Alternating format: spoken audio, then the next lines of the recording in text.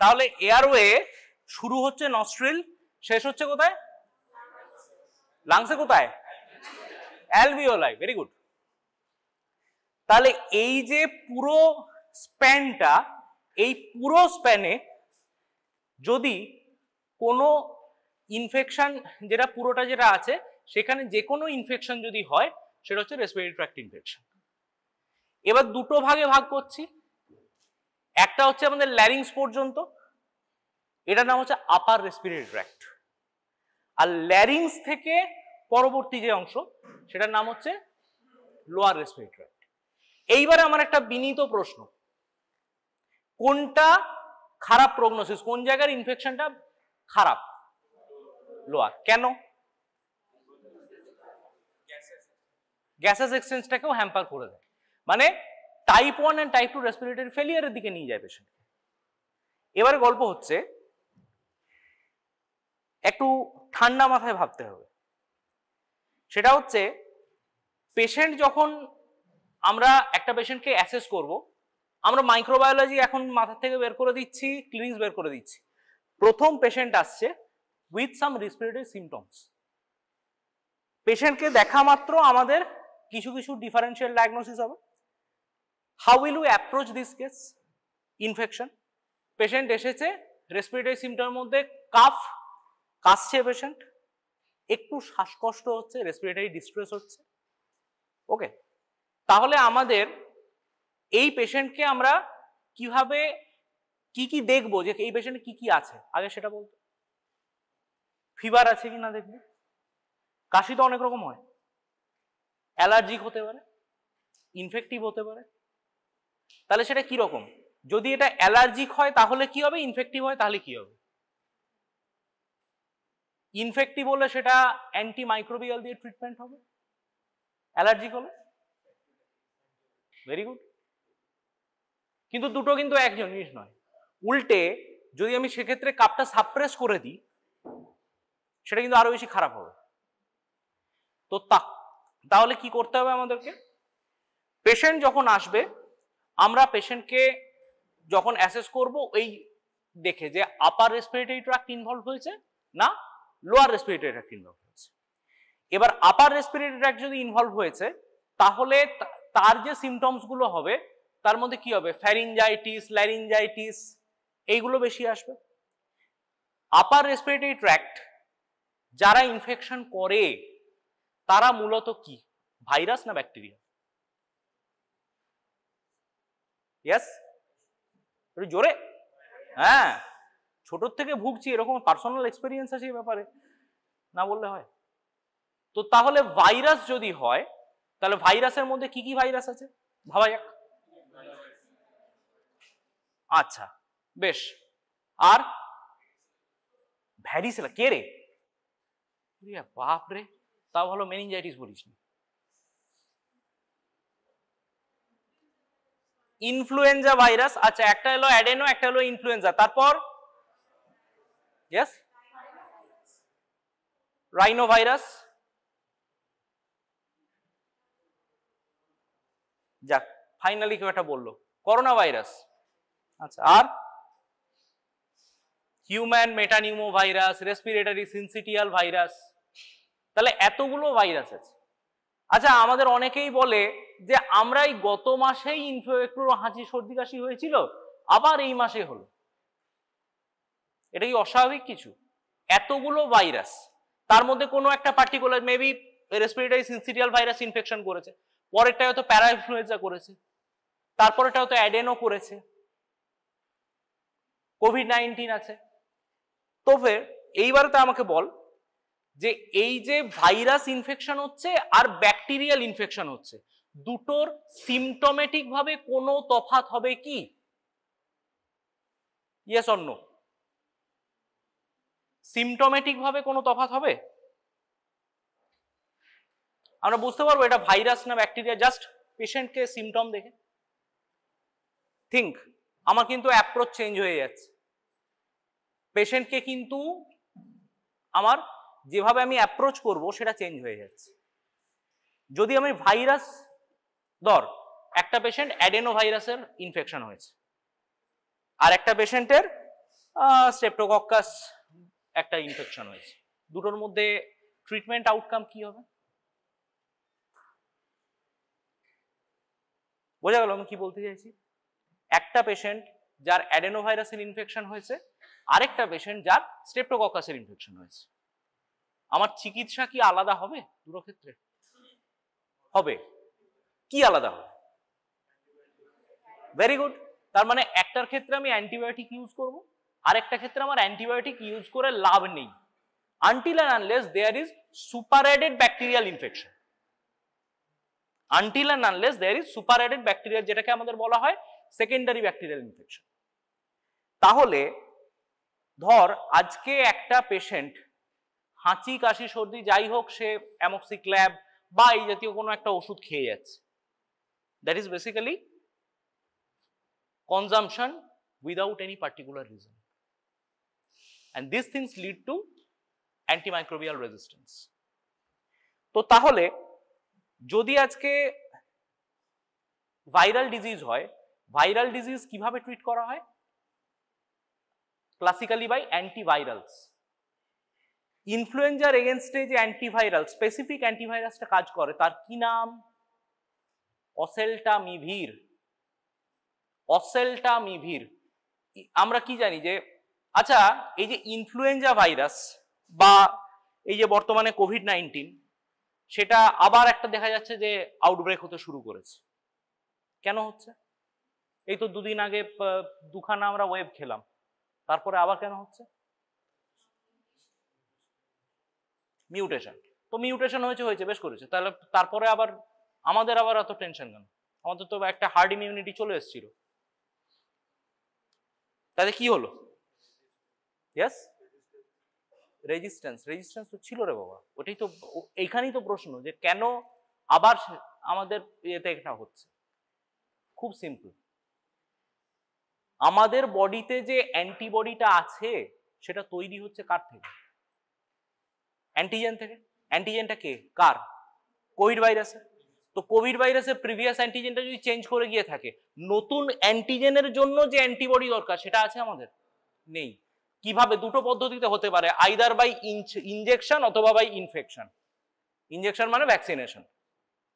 তাহলে আমরা এখনো নতুন করে ভ্যাকসিন নিইনি, আর ইনফেকশন আপাতত হয়নি। দুটোর মধ্যে যে কোনো একটা হয়ে গেলে আমাদের আবার ওই ইমিউনিটিটা গ্রো করবে।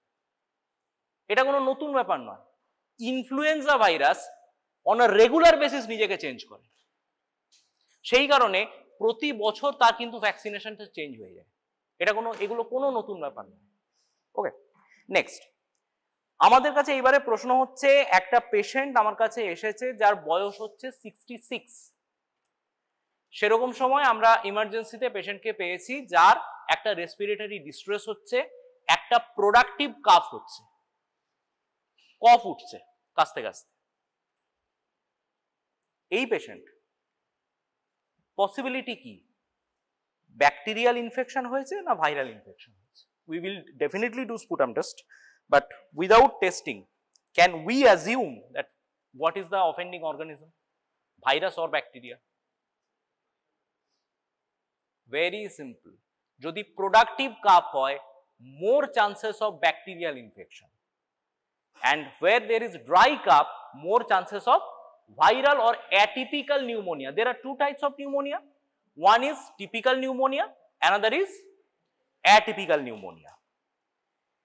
টিপিক্যাল নিউমোনিয়া যেটা, সেটা কি করে, আমাদের ট্র্যাকিও ব্রঙ্কিয়াল ট্রি যেটা, সেখানে এক্সুডেট তৈরি করে, সেটাকে আমাদের যখন কাশি সেটাকে কাফের মাধ্যমে বেরিয়ে আসে। আর যখন সেটা লাং প্যারেনকাইমাকে এফেক্ট করে তখন সেটা তো বেরোনোর রাস্তা পাচ্ছে না, that is known as atypical pneumonia. COVID-19 patient যে মারা যায় সেটা কোন ধরনের pneumonia? Typical or atypical? Atypical. বললাম যে বাবা এক্ষুনি যে আমরা ভাইরাল ইনফেকশন হলো কি ধরনের পাই? অ্যাটিপিক্যাল। তাহলে কোভিড-19 কি ভাইরাস না ব্যাকটেরিয়া? ভাইরাস। তাহলে কি পাবো? অ্যাটিপিক্যাল। এই তো। তো তাহলে এই যে পেশেন্ট আসবে, সেই পেশেন্টকে আমরা যখন অ্যাসেস করব, এই পেশেন্টের অ্যাসেস করার জন্য যে ফর্মুলা আমরা ইউজ করি তার নাম হচ্ছে কার্ব 65, CURB 65। তার মধ্যে কার্ব 65 এর যে প্যারামিটারগুলো আমরা ব্যবহার করি তার মধ্যে প্রথম প্যারামিটারটা এই মুহূর্তে আমাদের সবার আছে, সেটা হচ্ছে confusion. C, C for confusion. এক, কনফিউশন থাকলে 0.1, স্যার সবার আছে স্যার, হয়ে গেল। ইউ, ইউ হচ্ছে 19 মিলিগ্রাম পার ডিএল এর বেশি যদি ব্লাড ইউরিয়া নাইট্রোজেন থাকে, তাহলে সেটাকে আমরা বলবো ইউ এর জন্য পজিটিভ। R, R for respiratory rate 30 এর বেশি থাকতে হবে। ওকে, আর আর যেগুলো থাকবে সেটা হচ্ছে ব্লাডের ক্ষেত্রে, আচ্ছা পেশেন্টের কত বয়স বললাম বাবা? 66, মানে মোর দেন 65, আই রিপিট মোর দেন 65 হলেই সঙ্গে সঙ্গে সেটাকে আমরা কি বলবো? পজিটিভ। তাহলে এই যে কার্ভ 65, এইটা অ্যাসেস করে আমরা রিস্ক বেনিফিট ইউজ বিচার করি। যদি দেখি কার্ভ 65-এ এটা আমার বেশি আছে, তাহলে high chances of bacterial pneumonia and septicaemia, এটা একটা হবে। তো এখানে যেটা দেখার আছে ব্যাপার, খুব মন দিয়ে যেটা বুঝতে হবে, পেশেন্ট যখন আমাদের as per microbiology is concern, আমাদেরকে কি বুঝতে হবে যে পেশেন্টের কি অফেন্ডিং অর্গানিজমটা কি, সেটাকে আমরা ডায়াগনোসিস করবো কি করে। ক্যাটাগরিজে ভাগ করতে গেলে আমার হয় ওটা আপার রেসপিরেটরি ট্র্যাক্ট নাকি ওটা লোয়ার রেসপিরেটরি ট্র্যাক্ট ইনফেকশন। যদি আপার রেসপিরেটরি ট্র্যাক্ট হয় এবং যদি সেটা ব্যাকটেরিয়াল হয়, সরি ভাইরাল যদি হয়, হাই চান্স যেটা সেটা হচ্ছে এটা ওয়াচফুল এক্সপেক্টেন্সি করে ছেড়ে দাও, কারণ এটা সেলফ লিমিটিং, নিজের থেকে ঠিক হয়ে যায়। মানুষের যে গলা ধরে গেছে, গলা বসে গেছে, বিশেষ করে যারা হয়তো কোনো রেগুলার ভয়েস নিয়ে কাজ করে তাদের ক্ষেত্রে এটা বেশি হয়। তাদের ক্ষেত্রে যখন এটা হয় তখন সেক্ষেত্রে আমাদের অ্যাসিওর করতে হয় যে কোনো টেনশন নেই, এটা হয়তো 5 থেকে 7 দিন সময় লাগবে, কিন্তু এটা একদম ঠিক হয়ে যাবে। কি মেইনস্টে অফ থেরাপি কি? Absolute voice rest, absolute voice rest, আর তার সঙ্গে হচ্ছে হাইড্রেশন, গলাটাকে শুকনো হতে দেওয়া চলবে না। অনেক সময় পিপিআই একটা দেওয়া হয় যাতে অ্যাসিড রিফ্লাক্সটাকে আটকানোর জন্য। That's all, that's all. Okay, তারপরে নেক্সট কি হবে? নেক্সট হচ্ছে যখন আমরা অ্যাসেস করতে পারলাম যে পেশেন্টের ভাইরাল ডিজিজ নয়, আমাদের এটা ব্যাকটেরিয়াল। ব্যাকটেরিয়াল ওরাল ক্যাভিটিতে কি কি ডিজিজ করতে পারে? টনসিলাইটিস করতে পারে, আর কি করতে পারে? Have you heard about Ludwig's angina? Ludwig's angina হচ্ছে এখানে একটা এই গলার নিচে বা বলা ভালো টাঙের নিচে এখানে একটা সেলুলাইটিস হয়ে যায়, এবং সেটা কোলা ব্যাঙের যেমন গলা ফুলে যায় না, সেরকম দেখতে লাগে। And this is basically angina. কেন বলে? What do you mean by angina? মানে সোজা কথায় ডিপ্রাইভেশন অফ অক্সিজেন। এটা এতটাই অবস্ট্রাকটিভ ফিচার দেয় যে এটা ওই পার্টিকুলার পেশেন্টের রেসপিরেটরি ডিস্ট্রেস হয়, সেই জন্য নাম হচ্ছে লুডউইগস অ্যাঞ্জাইনা। ওকে, এরপরে কি করব? পেশেন্ট যখন আমাদের কাছে এসেছেন একটা পেশেন্ট, তখন আমাদের প্রথম যেটা দেখতে হবে পেশেন্ট হিমোডাইনামিক্যালি স্টেবল কিনা, আর অক্সিজেন স্যাচুরেশন পেশেন্টের কেমন আছে। এই দুটো দেখার পর এইবারে আমাদের স্যাম্পল, আমরা যদি ওরালের ক্ষেত্রে যদি হয় শুধু, তাহলে আমরা কি নেব? ওরাল সোয়াব। সোয়াব যদি, এইবারে প্রশ্ন হচ্ছে ব্যাকটেরিয়া, এই যে বারবার প্রথম থেকে কোশ্চেন করে যাচ্ছি যে ব্যাকটেরিয়া না ভাইরাস।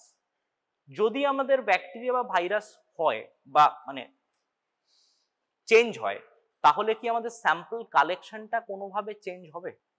আজকে আমি যদি একটা পেশেন্ট, আমি ভুগছি ব্যাকটেরিয়া স্ট্রেপ্টোকক্কাসে, আরেকটা পেশেন্ট সে কোনো একটা ভাইরাসের ডিজিজে ভুগছে, আমাদের দুজনেরই রেসপিরেটরি সিমটমস আছে, তো আমাদেরকে তার জন্য একটা সোয়াব নিতে বলা হয়েছে। তো আমাকে যে সোয়াবটা নেওয়া হবে, সেই সোয়াবটা কি ওই পেশেন্টের একই সোয়াব নেওয়া হবে? যদি চেঞ্জ হয় তাহলে কি চেঞ্জ হবে, আর কার ক্ষেত্রে কি হবে?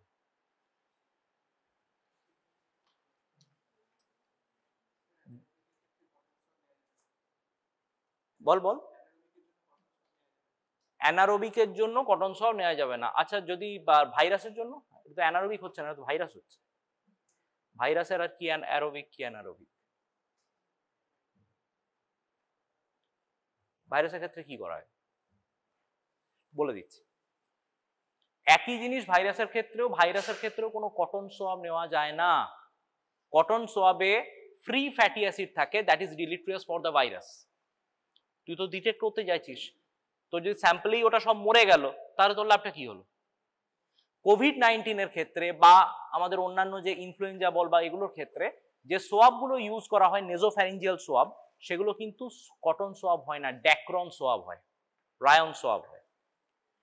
ওকে, এইবারে যদি ব্যাকটেরিয়া হয় তাহলে সাধারণত দুটো কটন সোয়াব নেওয়া হয়। একটা হচ্ছে ডাইরেক্ট স্মিয়ারে দেখা হয়, আরেকটা কি করা হয়, আরেকটা কালচারে বসানো হয়।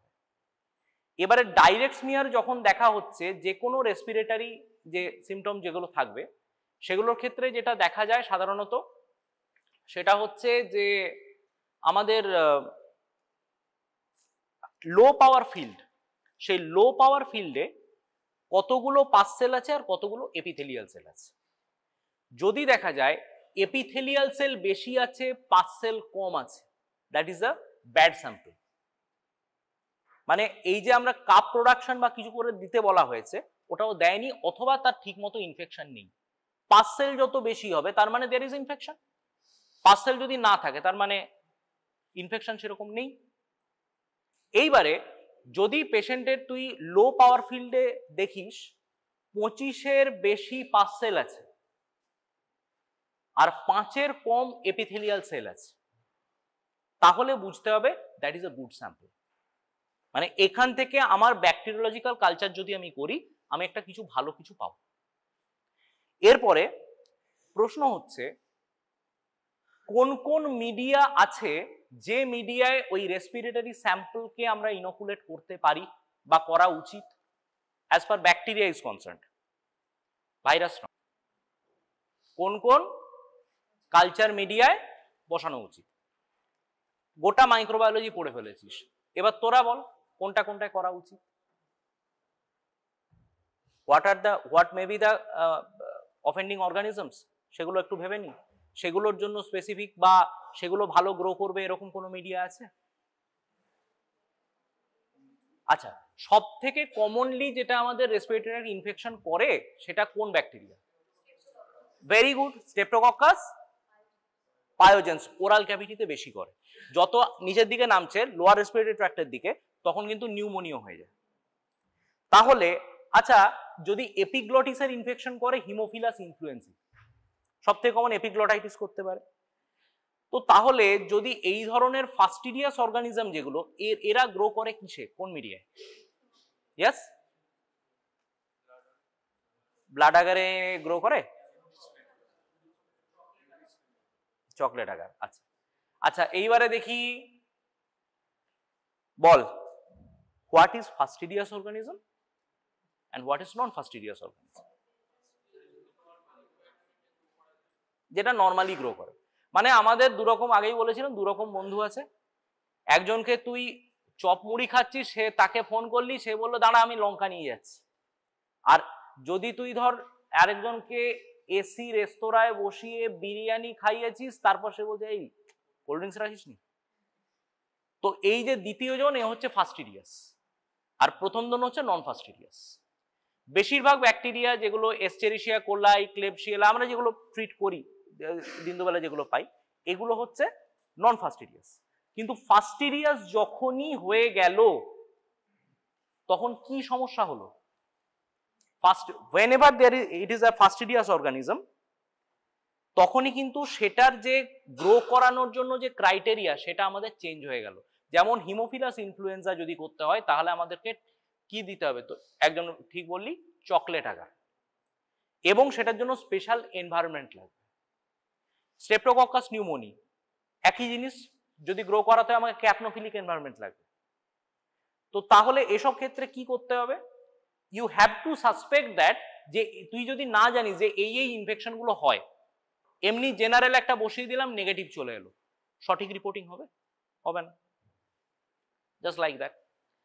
এরপরে প্রশ্ন হচ্ছে যে যদি আজকে দেখা যায় যে আর এই যে আমাদের যেগুলো সঙ্গে সঙ্গে ডিজিজ করছে, মানে যেগুলো স্ট্রেপ্টোকক্কাস বা ইত্যাদি ইত্যাদি, এগুলো বাদ দিয়ে এমন কোন ব্যাকটেরিয়া আছে কি যেগুলো লং টার্ম ডিজিজ করে, শরীরের মধ্যে থেকে যায় এবং আস্তে আস্তে মাল্টি সিস্টেম এফেক্ট করতে পারে? Tuberculosis, very good, Mycobacterium tuberculosis. তার জন্য যে স্পুটাম স্যাম্পল কিভাবে নেওয়া হয়? আচ্ছা, প্রথম প্রশ্ন হচ্ছে what are the ideal sample for tuberculosis? Yes, lymphatic টিউবারকুলোসিসের ক্ষেত্রেও কি স্পুটাম হবে? তাহলে যদি এরকম প্রশ্ন করে যে টিউবারকুলোসিসের ক্ষেত্রে আইডিয়াল স্যাম্পলটা কোনটা, আমাদেরকে খুব ক্লেভারলি বলতে হবে in case of pulmonary tuberculosis the ideal sample is deeply expectorated sputum. Occasion বলে দেবো, মর্নিং অ্যান্ড স্পট। তাই তো, যখন আমাদের স্পুটাম দেওয়া হয় তারপরে কি করা হয় বাবা? খুব ইম্পর্টেন্ট কোয়েশ্চেন। স্পুটামটা পেশেন্ট দিল, তারপর কি করবো আমরা? ইয়েস ইয়েস, প্রথমে হচ্ছে আমরা সেটাকে ডাইলিউশন করি। ওটা এই যে ডাইলিউশন করার জন্য এন অ্যাসিটাইল এল সিস্টিন না কনসেন্ট্রেশন দেওয়া হয়। বেশ, হয়ে গেল। তারপর নেক্সট নেক্সট নেক্সট স্টেপ সব জানিস বাবা, মাথাটা ঠান্ডা করে বল। ইয়েস, এবার স্মিয়ার করব। কেন? আমরা এএফবি করব, acid fast bacillus, acid fast training করব। দেখব কি, আচ্ছা যদি দেখা যায় যে অ্যাসিড ফাস্ট ব্যাসিলাস পাওয়া গেছে, হাউ উইল ইউ রাইট? কিভাবে লেখা হবে এটা? Yes, slightly curve, beaded in appearance, resembling mycobacterium tuberculosis complex. I repeat, mycobacterium tuberculosis complex. ওই গোত্রের মধ্যে এক গাদা ব্যাকটেরিয়া আছে, তুই যে কোনো একটাকে করতে পারিস না। যদি সেটাকে আইডেন্টিফাই করতে হয় তাহলে মলিকুলার লেভেল ডায়াগনোসিস করতে হবে, সেটা আমাদের খালি চোখে দেখে হবে না। হবে কি? তাহলে 1 নাম্বার। ওকে, একই সাথে তাহলে বলে দে যে in case of tuberculosis what is the special media required? আবার LJ, Lowenstein Jensen media. Very good, abbreviation করে করে টিকিউ, থ্যাংক ইউ, ও করে অভ্যেস হয়ে গেছে। ওকে, বেশ। আচ্ছা, এইবারে আস্তে আস্তে যদি আমি লোয়ার ইয়েতে নামি, নিউমোনিয়ার দিকে নামি, তাহলে সেক্ষেত্রে নিউমোনিয়াতে 1 নাম্বার হচ্ছে স্টেপ্টোকক্কাস হলো। আর কি কি ব্যাকটেরিয়া আছে যেগুলো করতে পারে? মাইকোপ্লাজমা করতে পারে, ভেরি গুড, মাইকোপ্লাজমা করতে পারে। স্ট্যাফাইলোকক্কাস করতে পারে। আচ্ছা, what is ventilator associated pneumonia? যদি আজকে, তার মানে ventilator associated pneumonia is what type of infection? This is one type of nosocomial infection. Yes, hospital acquired infection. তো এই হসপিটাল অ্যাকোয়ার্ড ইনফেকশন যেগুলো যেগুলো হয় তার মধ্যে কি কি সব থেকে বেশি এখন ভেন্টিলেটর অ্যাসোসিয়েটেড নিউমোনিয়া করে? ক্লেবশিয়েলা নিউমোনি, ভেরি গুড। আর অ্যাসিনেটোব্যাক্টার বাউম্যানি। আর কে করে? সিউডোমোনাস করতে পারে, তাই তো। তো তাহলে এই যে ইনফেকশন গুলো সেই, আচ্ছা এবার যদি ভাইরাসের যদি হয় তাহলে আমরা তো অনেকগুলো পড়লাম, অ্যাডেনো ভাইরাস পড়লাম, করোনা ভাইরাস পড়লাম, ইনফ্লুয়েঞ্জা ভাইরাস পড়লাম, প্যারা ইনফ্লুয়েঞ্জা ভাইরাস পড়লাম। তো এইগুলোর যে ডিটেকশন সেগুলো কি দিয়ে করা হয়? এদের ক্ষেত্রে তো আমরা তথাকথিত যে ফর ডায়াগনোসিস বলছি, যে আমরা যেরকম কালচার করি সে কালচার তো করতে পারবো না, তাহলে ক্ষেত্রে আমাদের কি করা হয়? What do you think? Yes,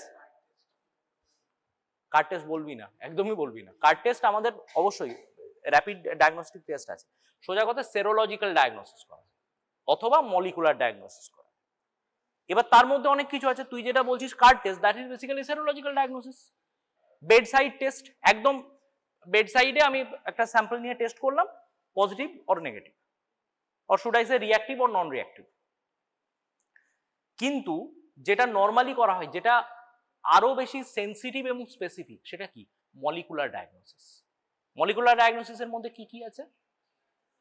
PCR, polymerase chain reaction. এটা কিন্তু যেটা বেটার টার্ম আমি জানতাম এটাই বলবি। নো নো নো নো, সোজা কথায় বলতে হবে, keep it simple, nucleic acid amplification test. Nucleic acid amplification test এর আন্ডারে অনেক কিছু আছে, এখন সব থেকে যেটা প্রচলিত সেটা হচ্ছে পিসিআর। এরপরে তুই যেটা বলছিলি মাল্টিপ্লেক্স যে পিসিআর, যেটা নেস্টেড পিসিআর ইত্যাদি ইত্যাদি, উদাহরণটা বলতে পারবি? বায়োফায়ার সিস্টেম, বায়োফায়ার সিস্টেম। তো এগুলোর ক্ষেত্রে কি করা হয়, যদি টোটাল স্যাম্পলটাকে আমি ওই মেশিনে দিয়ে দিলাম, পুট করে দিলাম, ওটা ইয়ে করে দিল। তো যাই হোক, তারপরে এবার যেটা হলো সেটা হচ্ছে যে যখন আমাদের ডায়াগনোসিসটা হয়ে গেল, এরপরে আমাদের স্টেপ কি পরবর্তী? দেখ, আমরা প্রথমে পেশেন্ট এসছে, পেশেন্টকে হিমোডাইনামিক্যালি স্টেবল কি আনস্টেবল দেখেছি, পেশেন্ট আপার রেসপিরেটরি ট্র্যাক্ট না লোয়ার রেসপিরেটরি ট্র্যাক্ট সেটা দেখেছি। যদি দেখা যায় আপার রেসপিরেটরি ট্র্যাক্ট তাহলে স্পুটাম স্যাম্পল বা সোয়াব নিয়ে আমরা দেখেছি। যদি এটা কি বলে লোয়ার রেসপিরেটরি ট্র্যাক্টে ইনফেকশন হয়ে থাকে তাহলে সেক্ষেত্রে কি কি লাগবে, ডিপলি এক্সপেক্টোরেটেড স্পুটাম হতে পারে, আর কি হতে পারে, ব্রঙ্কো অ্যালভিওলার ল্যাভাজ হতে পারে। যদি পেশেন্ট ইনটিউবেটেড থাকে তাহলে এন্ডোট্রাকিয়াল সাকশন সেটা আসতে পারে। তো সেইগুলো নিয়ে আমরা কি করছি, আমরা পেশেন্টকে কিছু মিডিয়ার মধ্যে কম্বিনেশন আমাদের কি হয়, ব্লাড আগার আর ম্যাককনকি আগার নর্মালি আমরা দিই। স্পেশাল কনসিডারেশনের ক্ষেত্রে আমরা কি দিই, চকোলেট আগার যেগুলো। তাহলে ব্লাড আগারটা কেমন মিডিয়া বাবা, এনরিচড, এনরিচমেন্ট না এনরিচ মিডিয়া, এনরিচমেন্ট, আচ্ছা এনরিচড, আচ্ছা এনরিচড মিডিয়া। আচ্ছা তাহলে চকলেট আগার আর ভার্সেস ব্লাড আগার তফাৎ কি? আরবিসিটা ডিস্ট্রয় হয়ে যায়, কিন্তু সেটা ডিস্ট্রয়টা করা হয় কি করে, মানে হায়ার টেম্পারেচারে অ্যাড করি, সোজা কথায়, তাই তো? কেন? যাতে আরবিসিটা ডিস্ট্রয় করে। তাতে আমার লাভটা কি? ফ্যাক্টর 5 আর ফ্যাক্টর 10 সেগুলো মিডিয়াতে ডিসপার্স করে যায়, and it provides better nutritional value to the bacteria। তো হয়ে গেল, এরপরে সেটাও হয়ে গেল, আমাদের এতগুলো জিনিস হলো। তারপরে হচ্ছে তাহলে স্পেশাল মিডিয়া ইউজ করলাম। আচ্ছা ম্যাককনকি আগারটা কেমন মিডিয়া, ডিফারেন্সিয়াল মিডিয়া আর লো সিলেক্টিভ মিডিয়া। কেন লো সিলেক্টিভ বলছি এটাকে,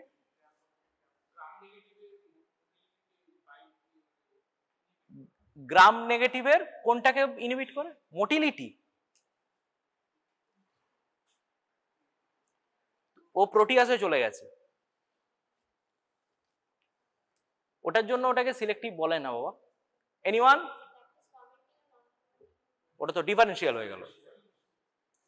তাহলে বল,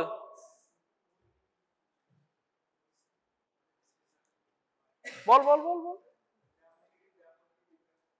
gram negative gram positive differentiate করার ক্ষমতা একমাত্র গ্রাম স্টেনের আছে, কোনো মিডিয়ার নাই।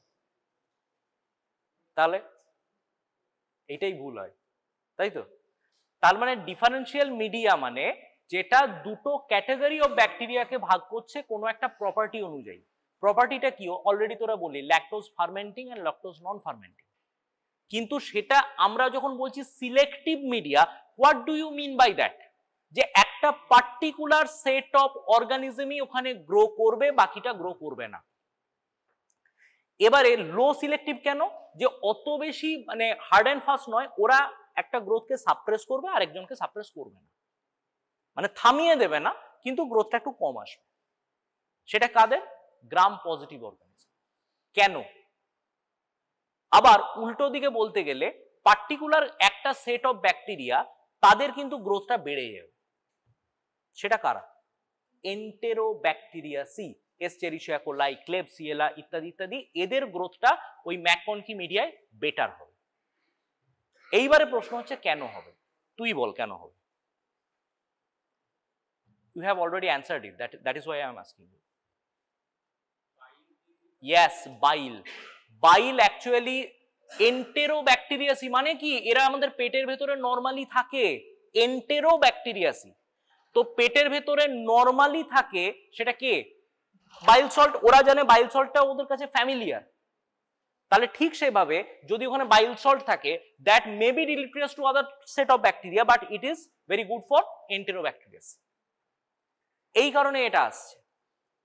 ওকে, বেশ, তাহলে আমার এখানেও গ্রো করে গেল, আমরা ডিফারেন্সিয়েট করলাম। এরপরে আমাদের স্টেপ কি হবে?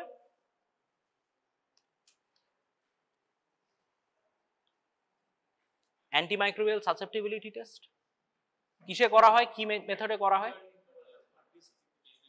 Karbi Bauer disc diffusion method on Mueller Hinton agar. আচ্ছা, যদি আমি ওটা না করি, অটোমেটেড কিছু আছে? ভিটেক নয় রে, ভাইটেক, ভাইটেক 2 কম্প্যাক্ট সিস্টেম, তো অটোমেটেড আইডি এএসটি সিস্টেম, ঠিক আছে। আচ্ছা, তাহলে এই যে মেকানিজম, এই যে পরপর পরপর সেট, এগুলো দিয়ে আমরা কি পেয়ে যাব, যে কোন কোন ব্যাকটেরিয়া আছে এবং কোন কোন মেডিসিন বা শুরাইছে কোন কোন অ্যান্টিবায়োটিক্স আমার প্রেসক্রাইব করার দরকার। Okay, last but not the least, আমাদের মুখের ভেতরে কোন কোন ব্যাকটেরিয়া নরমালি বা কোন কোন মাইক্রো অর্গানিজম নরমালি থাকে বলতে পারবে? কেন জিজ্ঞেস করছি কথাটা? আমি একটা স্পুটাম স্যাম্পল দিলাম, দেখা গেল এক গাদা ব্যাকটেরিয়া, কিছু ব্যাকটেরিয়া গ্রো করে গেছে, আমি কি করে বুঝবো এই ব্যাকটেরিয়াটা প্যাথোজেনিক না নন প্যাথোজেনিক? আগেই বলেছি কোনো ব্যাকটেরিয়া অ্যাজ পার মানে সেই অর্থে নন প্যাথোজেনিক বলে হয় না, যদি আমার ইমিউন ডিফেন্স ফল করে যায়, যেটা আদ্যপান্ত নন প্যাথোজেনিক বলে জানি, that may turn into pathogenic. কথাটা সেই, আমরা সেই তর্কে যাচ্ছি না, কিন্তু সাধারণত এটা কোনো ডিজিজ করে না। কোনগুলো মুখের ভেতরে থাকে কিন্তু ডিজিজ করে, ইনভেসিভ ডিজিজ করে না। একটা ব্যাকটেরিয়ার নাম, আচ্ছা, স্টেপ্টোকক্কাস স্যালিভারিয়াস থাকে, ডিপথেরয়েডস থাকে। ডিপথেরিয়া আর ডিপথেরয়েডস তফাৎ কি? ডিপথেরিয়া মানে যেটা সিউডোমেমব্রেন ফরমেশন করে, তাই তো। ডিপথেরয়েডস মানে ওই একই ক্যাটাগরি, কিন্তু এরা আমাদের মুখের মধ্যে নরমালি থাকে। কোনো ফাঙ্গাস থাকে মুখের ভেতরে, কি থাকে? Candida, budding yeast, budding yeast থাকে। যদি এটা সিউডোহাইফি থাকে, that is suggestive of invasive candidiasis. আর যদি ওটা শুধু বাডিং ইস্ট ফরম্যাটে থাকে, তাহলে সেটাকে আমরা ইনভেসিভ বলে ধরি না। মেবি দেখা যায় যে সেটা প্রপার মাউথ কেয়ার বা ওরাল কেয়ার নেওয়ার পর ওটা চলে যাচ্ছে। তার মানে এইগুলোও মাথায় রাখতে হবে যে এই ব্যাকটেরিয়াগুলো যদি চলে আসে, আমি কিন্তু সঙ্গে সঙ্গে সেগুলো প্যাথোজেনিক বলে দেখে দেব না, আমি দেখবো সেটা অন্য কোনো, মানে প্যাথোজেনিক বলার পেছনে অন্য কোনো কারণ আছে। Okay, last but not the least, যদি what is viral culture media?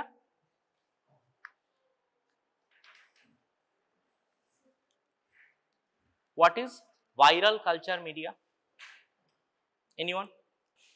What is viral culture media? Cell line media. Okay, কোথায় ইউজ করা হয়? এই যে আমরা বলছি না যে আমরা ইনফ্লুয়েঞ্জা আউটব্রেক হয়েছে, কোভিড এর আউটব্রেক হয়েছে, সোজা কথায় রেসপিরেটরি ভাইরাসের যে কোনো আউটব্রেক যেগুলো হয়, সেগুলো কিভাবে ইউজ করব, আমরা টেস্ট করি কি করে? এটাই হচ্ছে পদ্ধতি। আমরা নেজোফ্যারিঞ্জিয়াল যে সোয়াব সেটা নেব, সেই সোয়াবটাকে আমরা ডাইরেক্টলি পুট করব কোথায়? ওই ভাইরাল কালচার মিডিয়ায়। সেই ভাইরাল কালচার মিডিয়ায় ওটা পুট করার পর ওটা কিছুক্ষণ পরে ওটাকে ট্রান্সপোর্ট করা হবে পার্টিকুলার ল্যাবরেটরি। ওই যে ভাইরাল কালচার মিডিয়া, সেইখানে ওই ভাইরাসটা ইনোকুলেটেড হয়ে গেছে, আমরা ওইখান থেকে ওইটার আরএনএ বা ডিএনএ থেকে এক্সট্রাক্ট করে মলিকুলার টেস্টিং, যেটা নিউক্লিক অ্যাসিড অ্যাম্প্লিফিকেশন টেস্ট করা হয়। এটুকু বোঝা গেল? তাহলে ভাইরাল কালচার মিডিয়া শুধু যে একাডেমিক পারপাসে তা নয়, ভাইরাল ডায়াগনোসিসের জন্যও ব্যবহার করা হয়। আমরা ভাইরাসগুলো যে জেনেছি, তার মধ্যে ইনফ্লুয়েঞ্জা জেনেছি, তারপর হচ্ছে অ্যাডেনোভাইরাস জেনেছি, হিউম্যান মেটানিউমো ভাইরাস জেনেছি, কোভিড-19 জেনেছি, এই তো ব্যাপার। ঠিক আছে, তাহলে রেসপিরেটরি যে কোনো আমাদের যদি কোয়েশ্চেন আসে, এটা ফাইনাল আমাদের সাম আপ যেটা, সেটা হচ্ছে প্রথমে আমরা দেখব যে পেশেন্টের এজ কত, মানে পেশেন্টের ক্যারেক্টারিস্টিক কি কি আছে, পেশেন্টের এজ কত, পেশেন্টের রেসপিরেটরি রেট কত, পেশেন্টের যদি কোনো ব্লাড প্যারামিটার যদি কিছু থাকে সেটা আছে কিনা, মেন্টাল স্ট্যাটাস কিরকম আছে। তো সেইগুলো আমরা অ্যাসেস করার পর আমরা কি করব, upper respiratory tract, lower respiratory tract, maybe viral নাকি ব্যাকটেরিয়াল, নাকি ফাঙ্গাল বা অন্য কোনো ডিজিজ আছে, ক্যান্ডিডা বা এই জাতীয় কিছু জায়গা করতে পারে। তো এরপরে যেটা করতে হবে, আমাদের একটা ডাইরেক্ট মাইক্রোস্কোপি লাগবে। যে কোনো ডিজিজের ক্ষেত্রে একটা ডাইরেক্ট মাইক্রোস্কোপি। আমাদের প্রথম হচ্ছে স্যাম্পল কি কি নেওয়া হবে, সেটার মধ্যে যদি আমরা বললাম যদি ওরাল বা আপার রেসপিরেটরি হয় তাহলে সোয়াব, যদি সিউডো মেমব্রেন হয় মানে ডিপথেরিয়া যদি হয়, part of pseudo membrane may also be collected. Epiglottis বা এগুলোর ক্ষেত্রে কখনো, বাই দ্য ওয়ে একটা এমসিকিউ আছে, সেটা হচ্ছে এপিগ্লটাইটিস যাদের ক্ষেত্রে ডেভেলপ করে, হিমোফিলাস ইনফ্লুয়েঞ্জা বা এগুলো যদি থাকে, তাহলে সেক্ষেত্রে কিন্তু এই এপিগ্লটিসটাকে আমরা কিন্তু খোঁচাবো না। অলরেডি যেটা ইনফ্লেমড সেটাকে যদি আমরা ইরিটেট করি, we may disseminate the infection, দরকার নেই, ঠিক আছে। তো আর কি হবে, আর হচ্ছে যখন আমরা ব্যাকটেরিয়া বা ভাইরাস যেটা আমরা বুঝে গেলাম যেটা আছে, তার পরবর্তী স্টেপ আমাদের কি হবে, টার্গেটেড থেরাপি। যদি আমাদের ভাইরাস হয় তাহলে বেশিরভাগ ক্ষেত্রে এসেনশিয়ালি সাপোর্টিভ ম্যানেজমেন্ট, মানে অক্সিজেন দেব, মানে যদি প্রয়োজন হয় সেরকম আমরা হিউমিফাইড অক্সিজেন বা এরকম রেখে দেওয়া হবে। আর যদি স্পেসিফিক অ্যান্টিভাইরাল আমার কিছু থাকে যেমন ইনফ্লুয়েঞ্জা, রসেলটামিভির, সেটা সেক্ষেত্রে দেওয়া হবে। আর কি দিতে হবে লাস্ট, আর কিছু যদি ব্যাকটেরিয়াল হয় আর কি বলতে হবে, অতি অবশ্যই হসপিটালের ক্ষেত্রে যদি পেশেন্ট যদি হসপিটালাইজড হয়, পেশেন্ট যদি ইনটিউবেটেড হয়, ভেন্টিলেশনে যদি পেশেন্ট থাকে, তাহলে আমাদের বান্ডেল কেয়ার অ্যাপ্রোচ ফলো করতে হবে to stop the ventilator associated pneumonia. এতগুলো পয়েন্ট লেখা যাবে, ওকে।